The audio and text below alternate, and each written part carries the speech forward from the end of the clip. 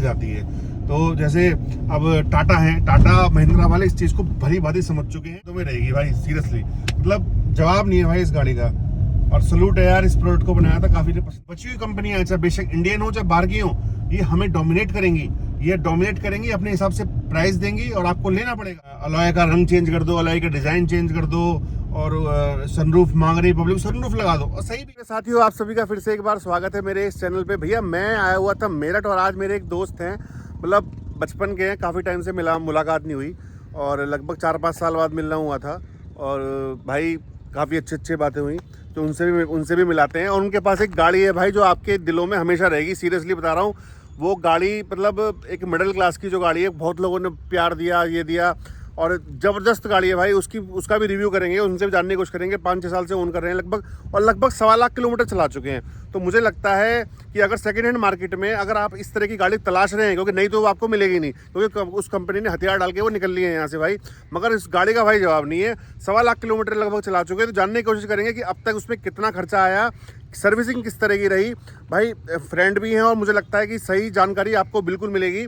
और किस तरह का खर्चा आया, सस्पेंशन, इंजन परफॉर्मेंस, क्योंकि 1.25 लाख किलोमीटर ना, एक मैं समझता हूँ कि एक जेन्युइन बेंचमार्क होता है। उस गाड़ी के बारे में आप सारी चीज़ें जान सकते हो कि भाई गाड़ी अच्छी रहेगी, बुरी रहेगी, 1.25 लाख किलोमीटर में खर्चा कितना रहेगा, क्या सेकंड हैंड हमें लेनी चाहिए कि नहीं लेनी चाहिए, तो वो उसके बारे में जानते हैं। अच्छा दोस्तों, वीडियो शुरू होने से पहले मैं आपसे रिक्वेस्ट करूंगा, मेरा वीडियो अगर अच्छा लगे तो प्लीज़ सब्सक्राइब कर लीजिएगा, लाइक कर दीजिएगा, और ना अच्छा लगे तो कोई बात नहीं है, अगला वीडियो में इम्प्रूवमेंट कुछ कमेंट भी कर सकते हैं। अगर आपको कुछ पूछना है तो आप कमेंट बॉक्स में डाल दीजिएगा, मैं डेफिनेटली उस पर कुछ ना कुछ ट्राई करूँगा जवाब देने की। ललित जी आपका बहुत बहुत स्वागत है। तो भैया मैं आपसे लगभग 5-6 साल बाद मिला हूँ। पहले तो आप बताओ क्या हाल चाल है आपके, छोटा सा इंट्रोडक्शन हो जाए पहले आपका। मेरा नाम ललित त्यागी है। अच्छा ठीक है, देखो हमें तो पता है भैया, हमारे मित्रों, तो मैं जान रहा हूँ हमारे जो व्यूअर्स हैं उनको भी बताओ कि क्या प्रोफाइल है, क्या करते हो। मैं एक्चुअली क्या है, वैसे बेसिकली मैं किसान परिवार से हूँ, और मैं पॉलिटिक्स में भी थोड़ा समाज सेवा के रूप में काम करता हूँ। चलो जी, ये भैया पॉलिटिक्स में भी हैं और भारतीय जनता पार्टी के सक्रिय सदस्य भी हैं, और समाज सेवा में भी लगे रहते हैं भाई। तो भाई के पास है ये गाड़ी, देखो आप इस गाड़ी की बात करेंगे, भाई के पास है ये गाड़ी की बात करेंगे तो भाई आपकी पुरानी चहेती फोर्ड इको स्पोर्ट। मैं क्यों इसके बारे में बात करना चाह रहा हूँ भाई, देखो ये पर्सनली लेवल पे मुझे बहुत पसंद है गाड़ी। जब 2021 में ये कंपनी यहाँ से गई थी, तो उस दौरान भाई मेरा बड़ा मन हुआ था कि मुझे उस टाइम काफ़ी डिस्काउंट ऑफर हुए थे। मेरे एक दो रिश्तेदार ने भी ये गाड़ी ली थी उस टाइम, अच्छे प्राइस पे, 2-2.5 लाख का डिस्काउंट मिला था। मैंने भी ट्राई किया था कि शायद उस टाइम पे मुझे डीजल वाला ऑप्शन कुछ अगर मिल जाता ना बड़े अच्छे रेट पे, तो मैं उसको ले लेता। बट मैंने काफ़ी ट्राई किया, मुझे डीजल वाला ऑप्शन नहीं मिला। पेट्रोल वाले ऑप्शन मिल रहे थे, बट मैं यार पेट्रोल में इंटरेस्टेड था नहीं, मुझे लेनी थी इसका डीजल वर्जन। तो ये है गाड़ी डीजल, 1.25 लाख किलोमीटर लगभग चल चुकी है। अभी आप जानते हैं भाई से, ललित जी से बताइए पहले आप, ये जब आपने गाड़ी ली थी तो कब ली थी गाड़ी, थोड़ा सा जानकारी दीजिए। ये गाड़ी मैंने 2016 में खरीदी थी। हाँ। और काफ़ी सारी कंपनियों की गाड़ियाँ मैंने ट्राई करी पहले शोरूम पे जाके, लेकिन फाइनली मुझे इंतज़ार भी करना पड़ा इस गाड़ी को ख़रीदने के लिए, क्योंकि उस टाइम पे इस पर बड़ा वेटिंग चल रहा था। और जब मैंने इस गाड़ी को देखा तो मैंने सारी चीज़ें इसकी जानी, और इसमें बहुत सारी अनेक सारी खूबियाँ हैं। जैसे इसका रनिंग बहुत प्यारा है, सड़क पे बहुत अच्छे से जम के चलने वाली गाड़ी है। अच्छा, कितने चला चुके हैं आप?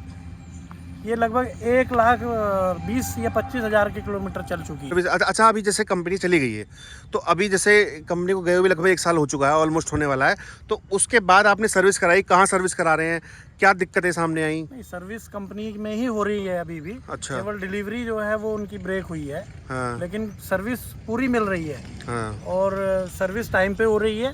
और दूसरा, सर्विस में कॉस्ट ज़्यादा नहीं आती है। सबसे बड़ी बात इसकी ये है कि जो नॉर्मल चार्ज है सर्विस का, वही एवरेज आता है। वैसे मेंटेनेंस कुछ इस गाड़ी का है नहीं, मुझे नहीं समझ में आया अभी तक। और मेरी गाड़ी नो डाउट इसने कुछ मेंटेनेंस एक्स्ट्रा कुछ मांगा भी नहीं है। अच्छा, तो सर्विस का जैसे शोरूम बंद हो गए थे इसके, तो सर्विस कहाँ होती है, मतलब अभी भी शोरूम है? जो शोरूम मेरठ के अंदर था, आज भी वही इसकी सर्विस हो रही है। वो सेल्स वगैरह बंद हो गई है, सेल्स वहाँ बंद हो गई है। सर्विस पूरी प्रॉपर फोर्ड की जो है अपने तरीके से जैसे पहले होती थी वैसे ही फुल स्टाफ है। और फुल सर्विस कंपनी दे रही है। अच्छा, क्या ऐसा जो एडिशनल खर्चा आया है या नहीं आया है, तो वो जरा व्यूअर्स को बताइए कि किस तरह का खर्चा आया है या नहीं आया है? ऐसा एडिशनल कोई खर्चा नहीं आया गाड़ी में अभी तक। अच्छा, तो ठीक है। अभी जैसे 1.25 लाख किलोमीटर में इसका सस्पेंशन वगैरह, और जो इसका स्टीयरिंग फीडबैक है, इसका जो ब्रेकिंग सिस्टम है, गियर का फीडबैक है। सस्पेंशन मैं आपको बता दूं, सस्पेंशन आज तक इस गाड़ी का कभी खराब ही नहीं हुआ। और अच्छा। मैं तो मानता हूँ पूरे 6 साल में मैंने शोरूम पे भी मैं उनको मना कर देता था कि भाई मेरा व्हील बैलेंसिंग और अलाइनमेंट गाड़ी का मत छेड़ना बिल्कुल भी। मतलब इस मामले में तो ये गाड़ी बहुत मजबूत है। और दूसरा जो इसके सस्पेंशन के नीचे एक रबड़ के गुटके होते हैं। अब रबड़ तो एक ऐसी चीज़ है ना कि वो एक टाइम में जाके जो है अपना उसकी लाइफ पूरी हो जाती है। तो एक बार इसमें बस गुटके डलवाने की जरूरत पड़ी थी सस्पेंशन के नीचे जो होते हैं। बाकी आज तक कोई शिकायत गाड़ी में नहीं आई है। अच्छा, तो अभी तक का जो एक्सपीरियंस है वो मतलब बेस्ट एक्सपीरियंस है। और मैं तो ये मान के चल रहा हूँ कि फोर्ड कंपनी ने बहुत मतलब अब इसको गलती कहें या उनकी कोई मजबूरी हो सकती है, लेकिन इंडिया में इसका मैन्युफैक्चरिंग होना चाहिए और इसकी सेल होनी चाहिए। और अभी भी लोगों की डिमांड है कि कहीं पुरानी भी मिल जाए तो पुरानी भी लेने के लिए लोग तैयार हैं, लेकिन पुरानी गाड़ी कोई बेचने के लिए तैयार नहीं है। भाई लोगों की डिमांड जरूर है, बट जब कंपनी आती है तब लोग नहीं खरीदते। और प्रॉब्लम ये है फोर्ड की या जो भी विदेशी कंपनी है ना, अच्छा ये क्या है, फोर्ड की कंपनी जो है ना ये अभी यूएस की कंपनी है। तो यूएस में क्या है, मॉडल्स इतनी जल्दी अपडेट तो होते नहीं है। वहाँ पे क्या है, अब यहाँ पे इंडिया में क्या है, इतना बड़ा मार्केट है, इतनी बड़ी पॉपुलेशन है, 150 करोड़ का देश है, कई नई नई कंपनियाँ आ चुकी हैं। और टाटा महिंद्रा अच्छे से इस चीज़ को भुना चुकी हैं, समझ चुकी है कि भाई उसको क्या चाहिए, यहाँ का जो कस्टमर है उसको क्या चाहिए। यहाँ पे अब आपने देखा होगा हर 2 साल में 3 साल में फेसलिफ्ट, हर 4-5 साल में नया जनरेशन। मतलब पहले इतना नहीं आता था, पहले 10-10 साल तक एक ही मॉडल चलता था। और बस यही गलती फोर्ड वाले कर गए, यही गलती फोर्ड वालों ने करी कि भाई 4-5 साल 6 मतलब लगभग 2013 में लॉन्च हुई थी ये, और 13 से लेके अब तक भी इन्होंने कोई 21 में बंद हुई, कोई नया जनरेशन लॉन्च ही नहीं किया। बस टायर कभी हटा देते थे, कभी लगा देते थे, थोड़ा बहुत मतलब माइनर चेंज थे, तो वो आप चेंज ना ही बोलो तो एक अलग बात है। यही मेरे ख्याल से बहुत बड़ा कारण रहा है। मगर चलिए दोस्तों, थोड़ा सा इस गाड़ी के अंदर बैठ के बातचीत करी जाए, और मैं भी इसको चला के देखूंगा लगभग 1.25 लाख किलोमीटर के बाद कितनी जान बची है इस गाड़ी में। तो दोस्तों मैं हूँ अब इसके अंदर। पहले भैया लगा रहे थे सीट बेल्ट, अगर मतलब मुझे सीरियसली बहुत पसंद थी। अब जैसे मैं बट उस टाइम क्या था, डीजल वगैरह ऑप्शन मेरे को हाथ नहीं आया। मैं सोच रहा था कि मौके का फ़ायदा उठाया जाए, बट उस टाइम पे यार डीजल अगर मिल जाता तो शायद ले लेते। और मतलब 11-12 लाख रुपये ये गाड़ी थी, 1-2 लाख सस्ते मिल जाती। पार्ट्स तो सब चेंज हो जाते हैं आजकल तो दुनिया भर की ऑनलाइन। अच्छा ये बताइए ललित भाई कि अब देखो मैं इसको चला रहा हूँ यार, मुझे तो इसका परफॉर्मेंस है 1 नंबर लग रही है अभी भी।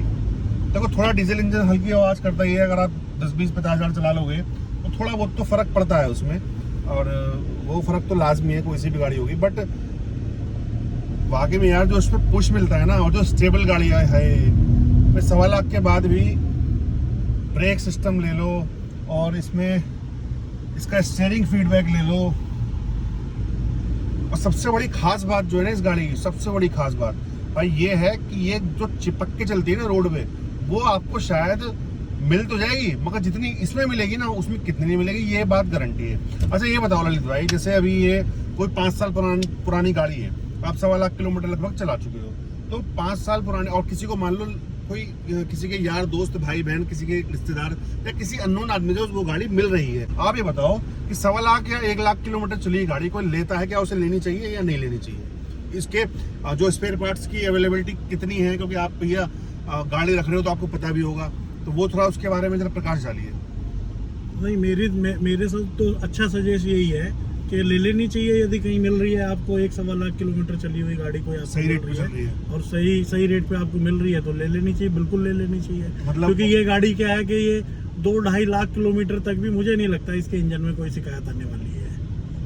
2-2.5 लाख तक कोई दिक्कत नहीं होने वाली, मतलब 1 लाख चल चुकी है तो आप और कम से कम मिनिमम 1 लाख तो चला ही सकते हो। हाँ, ऐसे बहुत लोग हैं, मेरे जानने वाले ऐसे बहुत लोग हैं जिनकी गाड़ियां जो है 2-2 लाख रुपए किलोमीटर जो है वो चल चुकी हैं।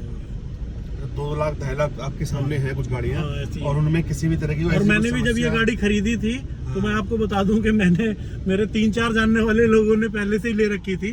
तो जब मैंने उनसे सारे रिजल्ट लिए गाड़ी के, तभी मैंने उसको फाइनल किया था कि ठीक है इको स्पोर्ट ही हम लेंगे। अच्छा, इसमें यार कुछ थोड़ी सी आवाज सी लग रही है, आगे सस्पेंशन में कुछ है क्या, काम मांग रही है क्या इसमें? नहीं, कुछ काम नहीं मांग रही है। जब हम किसी टूटी हुई सड़क पे कोई नई गाड़ी भी लेके जाएंगे तो जो पहियों के जो आवाज़ है वो आपको बढ़ जाती है थोड़ी सी, क्योंकि सोकर जो है वो थोड़ा सा आवाज़ तो करते ही हैं, वो नई गाड़ी के भी करते हैं। मतलब ऐसा नहीं है कि गाड़ी तो अभी बहुत सारी आ रही है अच्छी परफॉर्मेंस की, बट जो इसका स्टेबिलिटी है ना, और जो बैठ के इसमें जो कॉन्फिडेंस आता है भाई। छोटी गाड़ी है वैसे इसका तो, इंटीरियर भी बहुत प्यारा है। इंटीरियर तो चलो एक पर्सनल चॉइस है, किसी को अच्छा लग सकता है किसी को नहीं, बट जो इंजन है ना भाई एक नंबर है यार। मतलब फोर्ड, मतलब सीरियसली जब फोर्ड गई ना, मैंने कहा मुझे इतना दुख हुआ, बहुत लोगों को दुख हुआ, बट क्या करते थे आप लोग, लेते नहीं थे। आपको तो चाहिए भैया नए नए टायर, नया नया हर चीज चाहिए सबको। बट सबको क्या चाहिए यार, ये मतलब एक जब आपको सब चीजें नई नई दिखती है ना, तो लोगों की डिमांड भी उस हिसाब से बढ़ जाती है। तो जैसे अब टाटा है, टाटा महिंद्रा वाले इस चीज को भली भांति समझ चुके हैं कि यहाँ के जो कस्टमर है ना, उनको क्या चाहिए। उनको चाहिए भाई हर 2 साल में गाड़ी में चेंज कर दिया जाए, उनको पीछे अलॉय का रंग चेंज कर दो, अलॉय का डिजाइन चेंज कर दो, और सनरूफ मांग रही पब्लिक, सनरूफ लगा दो। और सही भी है, मतलब अगर पब्लिक की डिमांड आप सुन रहे हो तो वाकई में ये काबिल तारीफ है। मगर एक चीज और है, इस हिसाब से गाड़ियों के रेट भी बहुत बढ़ते जा रहे हैं। तब से आप देखेंगे ऑटोमोबाइल इंडस्ट्री में गाड़ियों के रेट दिन पे दिन बढ़ते जा रहे हैं। बट पब्लिक को क्या भाई, फीचर चाहिए, ये चाहिए, यहाँ पे आप स्क्रीन हो, बड़ी सी स्क्रीन हो। हालांकि फोर्ड ने एंड में दे दिया था, वो स्क्रीन सब दे दिया था, बट डिजाइन का प्रॉब्लम था, प्रोडक्ट लॉन्च नहीं हो रहे थे। तो ये इस तरह की बहुत समस्याएं थी जिसकी वजह से कंपनी को जाना पड़ा। बाकी तो इतने बड़े ज्ञानी तो हम है नहीं, इंटरनल उनके प्रॉफिट एंड लॉस का क्या था रहा होगा इंडियन मार्केट में, वो क्या देख रहे थे, यहाँ की पॉलिसीज किस तरह से जो उनको सपोर्ट कर रही थी या नहीं कर रही थी, तो उसके बारे में तो शायद हम चर्चा नहीं कर पाएंगे। बट डेफिनेटली फोर्ड ने यार, मतलब इतने एक हमने बहुत अच्छी कंपनी खो दी है। और एक चीज और है, अगर 1-2 कंपनियां और बंद हुई इंडिया से, तो ये जो बची हुई कंपनियां, चाहे बेशक इंडियन हो चाहे बाहर की हो, ये हमें डोमिनेट करेंगी। ये डोमिनेट करेंगी, अपने हिसाब से प्राइस देंगी और आपको लेना पड़ेगा। बट डेफिनेटली हम तो आज भी सोचेंगे यार बस किसी तरह से फोर्ड वापस आ जाए। कुछ बीच में सुनाई भी दिया था कि फोर्ड आ तो रही है, बट वो इलेक्ट्रिक वर्जन में कुछ उनका प्लान चल रहा है लॉन्च वॉन्च करने का। बट इलेक्ट्रिक होती है और डीजल, इसका इंजन डीजल ही होता है, उसकी बात ही अलग है। पर लास्ट और लीस्ट मैं एक क्वेश्चन पूछना भूल गया, वो मैं ऐड कर देता हूँ।